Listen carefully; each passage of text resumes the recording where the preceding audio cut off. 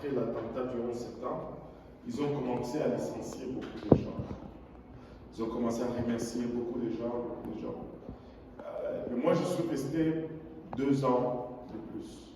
Et quand on est arrivé vers les années 2003, ils ont commencé à remercier les gens, pas parce qu'ils voulaient les remercier, mais parce qu'il n'y avait vraiment plus d'ouvrage. On produisait 40 simulateurs par année, et là on était tombé à 11 simulateurs par année. Et tu sais, je suis allé là,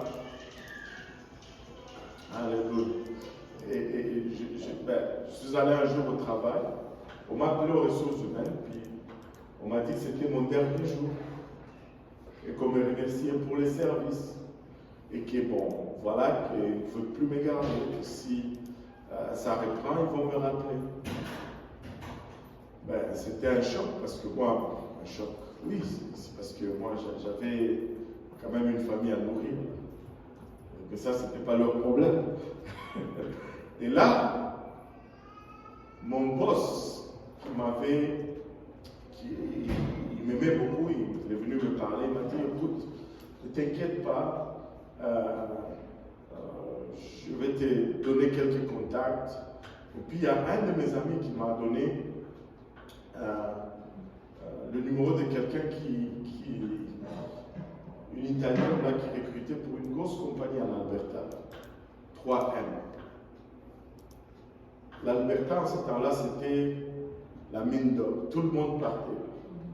Les salaires étaient 3 fois plus élevés qu'ici. Oui, il y a ça. C'était l'Eldorado de l'époque. Là, je sors de là.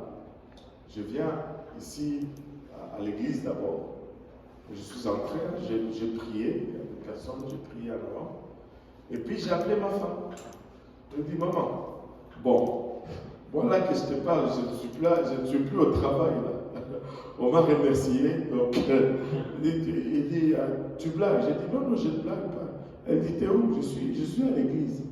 Et je suis venu prier un peu parce que, bon, il y a tel qui m'a donné le contact de quelqu'un qui est en Alberta. Puis bon, et voilà, ils engagent. Tu vois? Elle dit, non, pas question, déchire ça et puis oublie ça. J'ai dit, mais prions d'abord, non? Au moins prions. Elle dit, mais toi tu ne connais pas la volonté de Dieu. Il dit, Dieu nous a appelés ici. Pourquoi demander?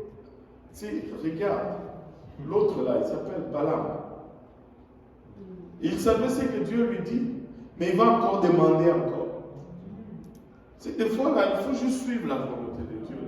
C'est quand tu ne sais pas, ok, c'est légitime.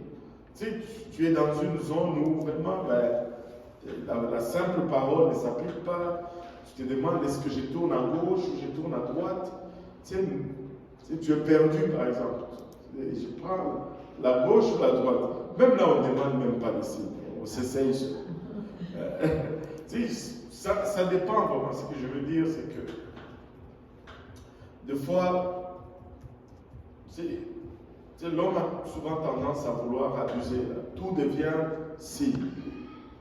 Et là, on commence à voir des signes partout. Maureen a toussé 2 fois, ça veut dire qu'on va avoir une double portion de... Tu sais, c'est comme... tout devient signe. Tu ne peux plus s'égrater. Ah, ça veut dire ça.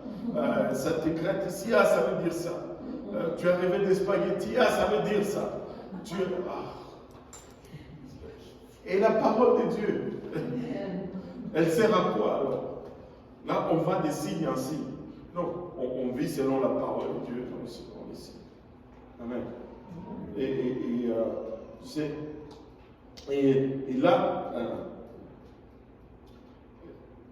elle dit, et maintenant je vous prie, jurez-moi par l'Éternel que vous... Tu sais, elle savait que ces gens-là, ils servent le seul et l'unique vrai Dieu.